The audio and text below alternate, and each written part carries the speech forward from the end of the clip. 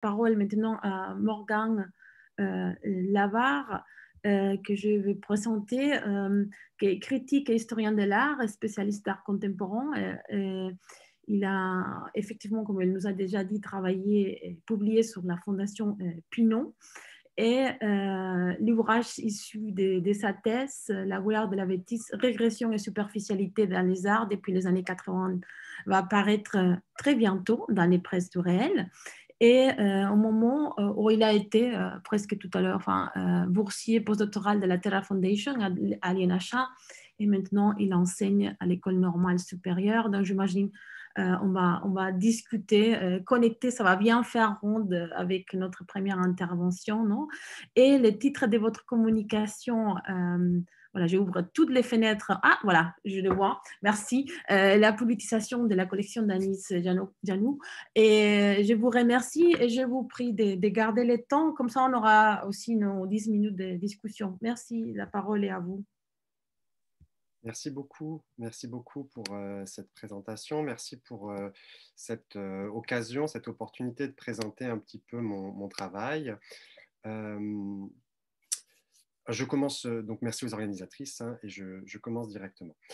Les plus importants collectionneurs d'art contemporain, parfois dits méga collectionneurs, et c'est un vocabulaire auquel Raymond de Moulin elle-même va recourir à partir du milieu des années 90, après avoir parlé de grands collectionneurs.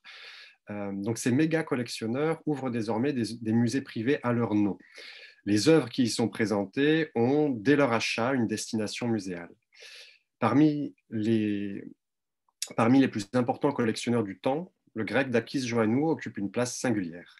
La Dest Fondation, dont il est fondateur et président, organise depuis le début des années 90 des expositions conçues à partir d'œuvres de sa collection personnelle.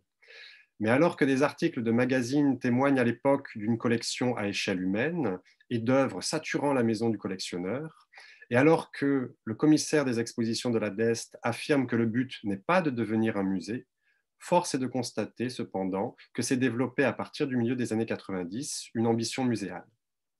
Donc, ma communication aujourd'hui s'appuie sur des documents que j'ai consultés aux archives de la Dest Foundation à Athènes en 2015 et j'ai consacré donc dans ma thèse une partie aux collectionneurs prescripteurs de ce que j'ai désigné comme l'art bête. Et donc le texte que je prononce aujourd'hui sera publié dans une version développée, hein, dans cet ouvrage, j'espère à l'automne. Et je vais retracer l'évolution de la publicisation de la collection d'Akis Joannou en me concentrant sur les expositions en musée dans les années 2000 et à Skin Fruit New Museum en particulier. Donc depuis la fin des années 90, Joannou passe pour l'un des plus importants collectionneurs d'art contemporain, jusqu'à être classé numéro 6 dans la Power 100 List, donc la liste des 100 personnalités les plus influentes du monde de l'art par la Art Review à Londres. Bon, une liste qui est contestée, hein, mais qui a quand même son importance dans le monde de l'art contemporain. Joannou est né en 1939 à Chypre.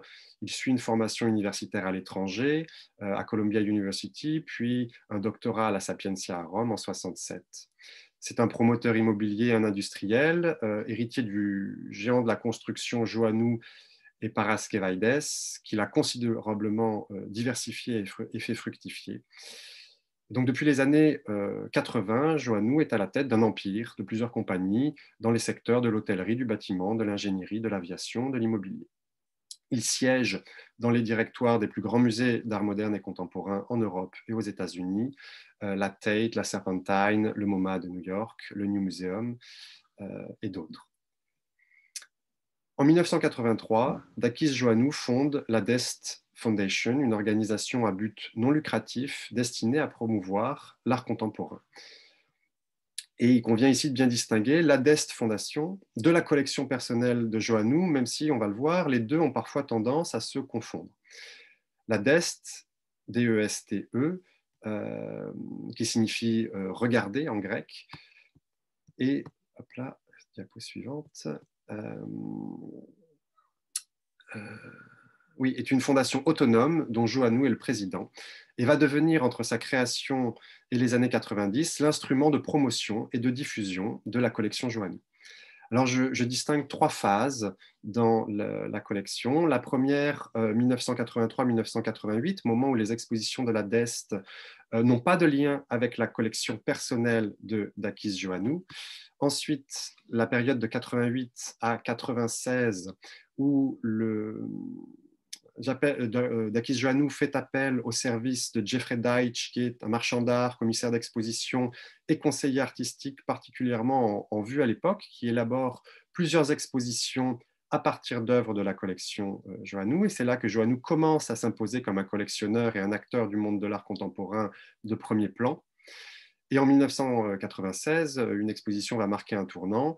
Elle s'appelle Everything That's Interesting is New, je vais y revenir, et elle inaugure cette troisième période qui est celle des expositions consacrées exclusivement à la collection personnelle de Dakis Joannou dans un lieu dédié à Athènes. Dans les années 2000, la collection personnelle de Joannou n'aura même plus besoin de passer par la DEST Fondation pour s'exposer dans les plus grands musées d'art contemporain du monde. Alors très rapidement, premier moment, la collection Joannou, partiellement rendue publique à partir de 1988, avec cette première exposition qui s'appelle Cultural Geometry donc en 88, qui fait événement. Elle a lieu à la Maison de Chypre à Athènes, et elle présente les artistes du mouvement néo-géo à la mode à New York à ce moment-là, soutenu notamment par la galerie Ileana Sonnabend, donc Jeff Koons, Ashley Bickerton, Haim Steinbach, Peter Halley et Meyer Weissman. Les artistes font le déplacement à Athènes pour le vernissage, ainsi qu'une partie de la communauté artistique internationale. Dans le parcours de l'exposition sont associées les premières acquisitions de Dakis Joannou, soit 29 œuvres contemporaines acquises entre 85 et 88, et des céramiques grecques et chypriotes de l'époque géométrique, entre 900 et 750 avant Jésus-Christ. Donc il s'agit de rapprocher les artistes contemporains, et en particulier des artistes new-yorkais d'Athènes, avec les céramiques de la pré-antiquité. Ici, sur cette partie de l'image, on a donc une céramique et derrière les fameux aspirateurs de Jeff Koons. Derrière, c'est encore une œuvre de Ashley Bickerton. En 1989, la DEST Fondation organise l'exposition Psychological Abstraction, toujours à la Maison de Chypre à Athènes. Dans le catalogue, Dakis Joannou insiste dès les premières lignes de son avant-propos sur ce qu'il désigne comme, je cite, les coordonnées sociales de l'art. Donc le but de cette seconde exposition l'année suivante est de dégager les artistes néo-géo de leur image d'artistes froids et désincarnés, de leur lien avec la société de consommation de masse, pour recharger l'abstraction d'émotions, d'affects, de psychologie, d'où le titre de l'exposition. Alors là, un point sur lequel je voudrais insister, pour Cultural Geometry en 88, comme pour Psychological Abstraction, des œuvres historiques sont exposées avec les œuvres contemporaines afin de créer des filiations passant pour pertinentes sur le plan de l'histoire de l'art et en fait surtout d'établir le sérieux et la respectabilité du collectionneur et s'inscrire dans une histoire au long cours. Et pour faire un petit lien avec l'intervention précédente, je ne sais pas si vous le voyez, ça c'est le catalogue de Psychological Abstraction. Il y a une réplique de Fontaine, une des répliques d'Arturo Schwarz, qui est dans la collection de Dakis Joannou, qui est présentée à ce moment-là, donc pour tirer des fils, hein, et c'est quelque chose qui va revenir de manière assez récurrente dans les expositions de la collection Joannou. Quelques mois après Cultural Geometry, le jeune bimensuel Galerie Magazine, qui est une publication bilingue en français et en anglais, consacre une dizaine de pages à la collection de Dakis Joannou, dont est soulignée, je cite, la grande influence sur la scène artistique grecque et internationale. Fin de citation. Les photographies qui illustrent abondamment l'article montrent une maison remplie d'œuvres d'art, saturée. Une sculpture horizontale de Donald Judd passe juste sous les fenêtres. Entre les fenêtres et le plafond, on a une œuvre de Barbara Kruger non loin, une Brio Box de Warhol entre les plantes vertes, un buste de Louis XIV en inox par Jeff Koons qui voisine avec une toile de James Rosenquist et un collage dadaïste de Anna Hösch des années 1930. Donc on a là encore l'association d'œuvres de périodes et d'esthétiques différentes et un accrochage domestique de la collection Joannou en 88, telle qu'elle se donne à voir publiquement mais dans les pages d'un magazine. Et cette présentation légitime donc les œuvres les plus récentes par les pièces historiques avec lesquelles elle dialogue. On notera enfin la présentation de l'œuvre Translation de Joseph Kossuth en 1966, installée in situ par l'artiste sur un mur extérieur mauve au-dessus de la piscine, de sorte à permettre sans doute quelques méditations sur le caractère linguistique de l'art en bronzant ou en nageant le dos crawlé. Ce riche article, dont la prose est parfois un peu empoulée, présente donc déjà en 88 la collection comme l'une des premières d'Europe, à la fois audacieuse et influente. Et le texte termine sur un compte-rendu de l'exposition Culturelle Géométrie et évoque les rapports de la DEST Fondation et de la collection Joannou, en mettant en avant un vocabulaire qui est celui de la circulation et de la mobilité des œuvres. Alors, je passe très rapidement sur deux autres expositions très importantes du début des années 90, Artificial Nature, et donc là, c'est dans la presse grecque de l'époque, c'est l'œuvre de Jeff Koons, String of Puppies, qui est très souvent représentée parce qu'il y a un procès en droit d'auteur ou en copyright qui est fait à Jeff Koons à ce moment-là, et Posthuman, qui va voyager à Lausanne, au Castello de Rivoli en Italie, à Athènes et à Hambourg, donc diffusion internationale, et qui constitue l'une des propositions les plus marquantes de la décennie sur l'obsolescence du corps, le transhumanisme et la question de la chirurgie esthétique. 1996 marque un tournant avec l'exposition Everything That's Interesting is New, qui se tient à l'École des Beaux-Arts d'Athènes. C'est pour la première fois que la collection Joannou est montrée de manière extensive et l'exposition se présente d'abord et avant tout cette fois comme l'exposition d'une collection privée. La majeure partie des œuvres a été créée entre 1985 et 1995, donc dans la décennie qui précède immédiatement l'exposition. C'est de l'art très contemporain. Mais des figures historiques comme Marcel Duchamp, Picabia, Man Ray, ou des représentants de l'art minimal, Donald Judd, Dan Flavin, conceptuels, Joseph Kossuth, viennent inscrire les artistes très contemporains dans une histoire de l'art au long cours. Un riche catalogue est publié à l'occasion, intitulé The Dakis Joannou Collection.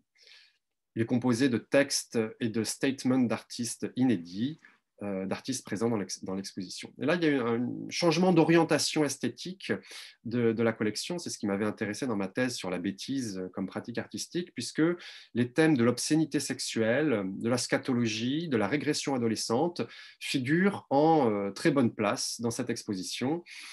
Ça, c'est une œuvre, par exemple, des frères Jack et Dino Chapman, Fuckface, avec le nez qui se transforme en pénis et la bouche en anus, 1994. Donc, présenté en 1996 à Athènes, un an avant la très grande exposition à Londres à la Royal Academy qui s'appelle Sensation, qui était l'exposition de cette génération des Young British Artists, dont les Chapman, qui était l'exposition de la collection de Charles Saatchi. Donc avant que ces artistes occupent le devant de la scène internationale, entre guillemets, Dakis Joannou les collectionne et les présente dans sa collection, avec un goût évidemment très prononcé pour la provocation et la régression. Une autre œuvre, alors là c'est Jeff Koons avec le ballon, un One Ball in Equilibrium Tank, une des œuvres historiques, des premières pièces de Koons, et ici c'est une photographie du vernissage avec cette œuvre-là sur laquelle je voulais insister un instant, qui est une œuvre de Gilbert and George, Flying Sheet, donc les merdes volantes, qui donne un petit peu l'impression, là, avec cette photographie, qu'elles vont atterrir comme ça sur l'auditoire au moment du discours de vernissage, qui est assez amusant comme photographie. Dans le catalogue, Jeffrey Dite, toujours lui, signe un texte où il est question de traumatisme collectif et de perversité.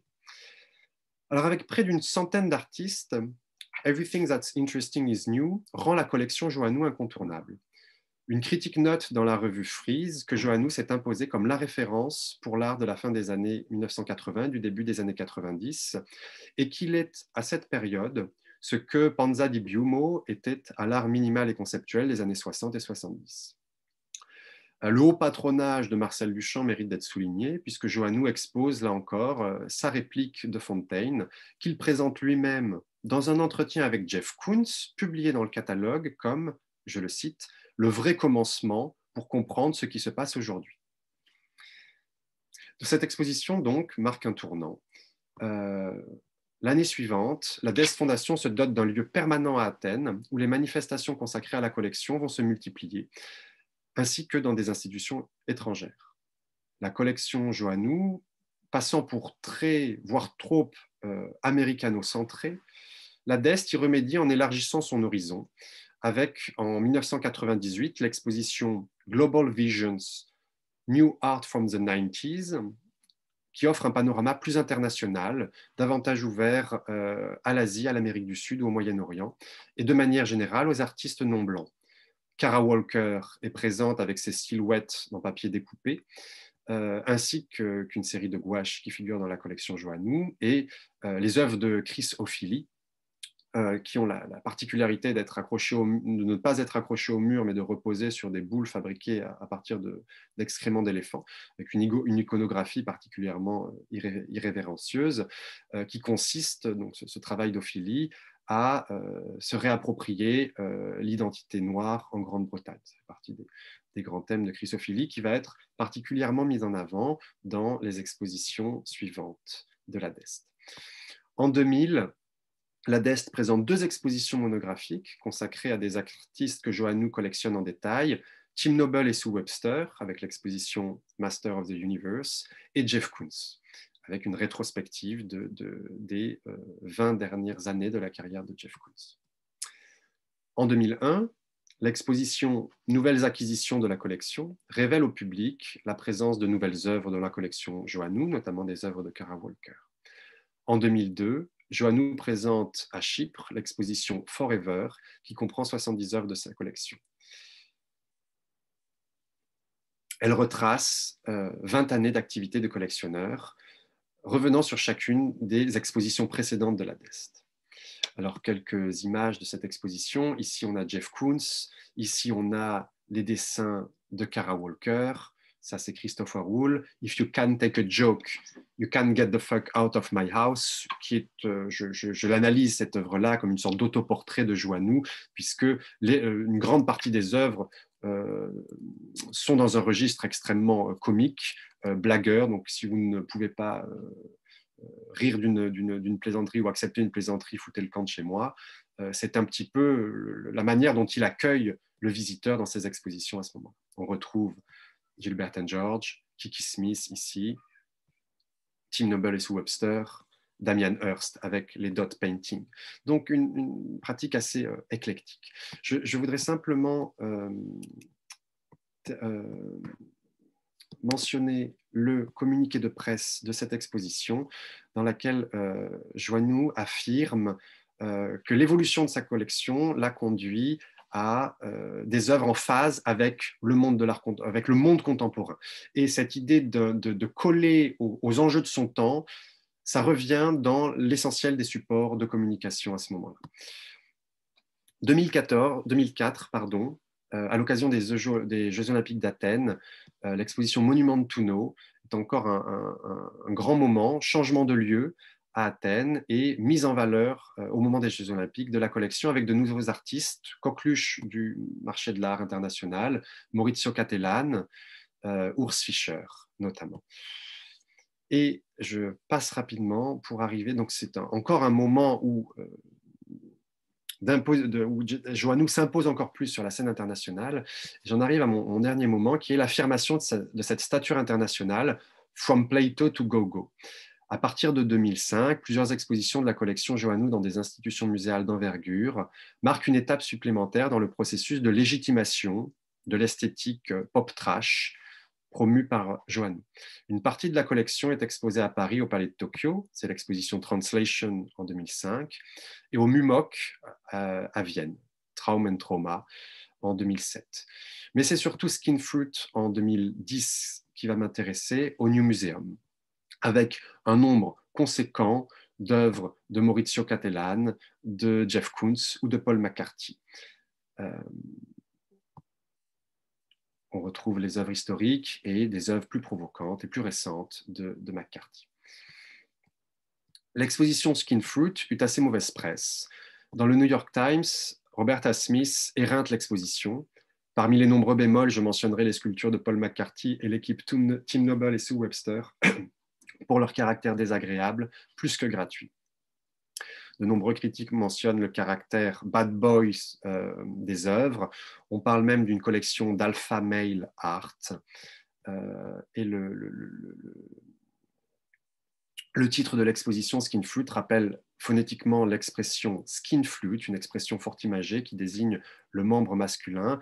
Et effectivement, cette thématique omniprésente dans l'exposition conduit un certain nombre de critiques dans la presse, notamment celle sur la dose requise de caca et de sperme pour épater le bourgeois, qui serait le cœur de l'exposition. Si bien même que l'artiste John Livingston va plaisanter en arrivant pour voir l'exposition avec une sorte de pénis géant. Un autre élément important à ajouter pour comprendre l'importance de la collection Joannou et la manière dont elle s'impose, ce sont les publications, 200 mots, des publications par la DEST consacrés à des artistes de la collection, donc qui permettent la légitimation symbolique de ces artistes-là. C'est une expression que j'emprunte à Isabelle Grau. Et je voudrais terminer en conclusion sur la question de la position de collectionneur de Dakis Joannou. Les choix profondément atlantistes du collectionneur, les artistes qui collectionnent sont principalement états-uniens, sont la marque d'une prise de position dans le paysage culturel grec. Il laisse ainsi planer le doute quant au sens de sa démarche, pure provocation culturelle dans une société grecque marquée par un anti-américanisme ancien, ou modernisation à marche forcée. La Grèce compte de grandes dynasties de collectionneurs. Les Goulandris collectionnent l'art des Cyclades, les Niarchos, les Onassis sont des armateurs dont le nom est associé aux principaux musées et centres culturels d'Athènes. Ils incarnent une réussite sociale grecque cultivée, s'exprimant dans des choix de collectionneurs allant de l'époque mycénienne à l'impressionnisme français et parfois à la première moitié du XXe siècle. Le centre de recherche sur l'art classique byzantin de l'université d'Oxford porte le nom de Stelios Joannou, le père de Dakis Joannou. Dans ce contexte, Dakis Joannou semble se délecter à jouer le rôle du barbare, celui qui fait construire des hôtels et des supermarchés géants dans le golfe Persique, affecte de ne connaître que l'art le plus occidental et le plus capitaliste. Kunz est l'artiste de Joannou par excellence. Ce rapport à l'Amérique capitaliste, vulgaire et philistin du point de vue des dynasties de collectionneurs grecs philanthropes et distingués, est donc une manière de se positionner dans un champ culturel déterminé. La collection Joannou a été, dans les années 2000, présentée dans les plus importants musées d'art contemporain du monde, et se pose alors la question, ce sera ma conclusion, de la collusion avec les intérêts du collectionneur. Prestige, mais aussi valeur financière de la collection. Et les intérêts des institutions qui présentent, et par là même légitiment, sa propre collection. Le recours à un artiste phare du marché comme Jeff Koons pour assurer le commissariat de Skin Fruits au New Museum en 2010 constitue une manière de détourner l'attention du profit à la fois économique et symbolique que le collectionneur, par ailleurs membre du Board of Trustees du musée, tirera de l'opération. Pardon, j'ai oublié ma dernière diapositive pour l'opposition de génération. Stelios Joannou est le centre de recherche sur l'art byzantin et Dakis Joannou devant son yacht Guilty, il ne manque pas d'humour, et de second degré, décoré par Jeff Koons. Voilà, je vous remercie de votre attention.